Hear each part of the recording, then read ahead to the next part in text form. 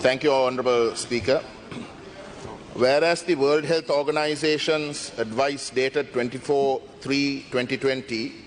on infection prevention and controls for the safe management of a dead body in the context of COVID-19 clearly noted that, and I quote, people who have died from COVID-19 can be buried or cremated, close quote, and specifically stressed that the dignity of the dead, their cultural and religious traditions,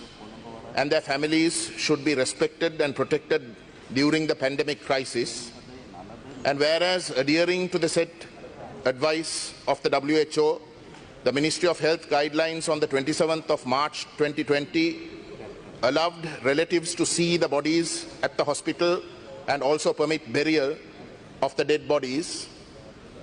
And whereas the said government guidelines were amended and the provisional clinical guidelines on COVID-19 and confirmed patients dated the 31st March 2020 instructs that the bodies of those dead by COVID-19, and I quote, should be cremated within 24 hours, open brackets, preferably within 12 hours, close brackets, close quotes, without providing adequate or reasonable justification for departing from the WHO guidelines. And whereas in a letter to His Excellency the President Gotabaya Rajapaksa on the 8th of April 2020, 4 UN Special Rapporteurs urged to reconsider the provisions of the Ministry of Health guidelines by taking into account of the key considerations provided by the WHO guideline for the disposal of the bodies of human beings deceased from COVID-19 and revise the circular accordingly, and goes on to state, in view of the challenges posed by the pandemic, it is important that the government avoids any unnecessary measures that are likely to raise tensions and are running contrary to the respect of the fundamental human rights of the persons belonging to different communities that exist in Sri Lanka. Arbitrary decisions concerning the disposal of bodies of victims of the COVID-19 may also have the opposite effect of provoking the reluctance of families and communities to report COVID-19 cases in fear that they may unable to ensure proper funeral or burial rights for their loved ones. Ideally, such provisions should be revised in consultation with all concerned ethnic and religious communities and other relevant health experts and stakeholders, close quote. And whereas though the Constitution of Sri Lanka does not explicitly recognize the right to life, it has been held in the case of Ratnayaka Tharanga Lakmali versus Niroshan Abekun that Article 11, which is freedom from torture, read with Article 13(4), which is freedom from arbitrary punishment, recognizes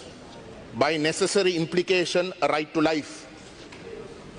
The court advanced this argument in the said case, stating that the Constitution is a living document and should not be construed in a narrow and pedantic manner. The court referred to the values embodied in the Constitution, one of which is the dignity and well-being of the people, as well as Sri Lanka's obligations under various international treaties in reinforcing the right to life. And whereas in the same breath, Article 21 of the Indian Constitution has ensured right to life and a dignified life under Article 21 as a fundamental right, and the Supreme Court through various cases has held that the right to dignity, fair treatment under Article 21 is not only available to the living man, but also his body after his death. The Apex Court had in Permanand Katara versus Union of India held, and I quote,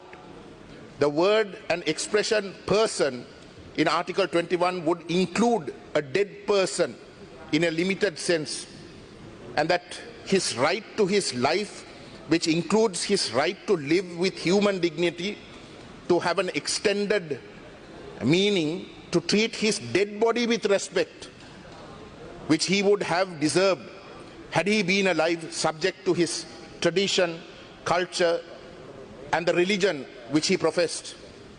The state must respect a dead person by allowing the body of that dead person to be treated with dignity, close quote. And whereas in the recent case of Pradeep Gandhi versus the state of Maharashtra,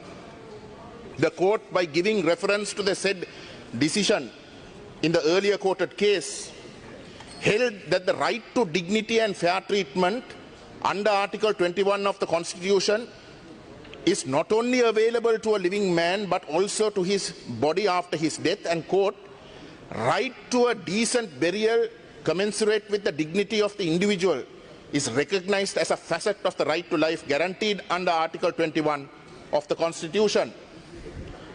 There is thus no reason as to why an individual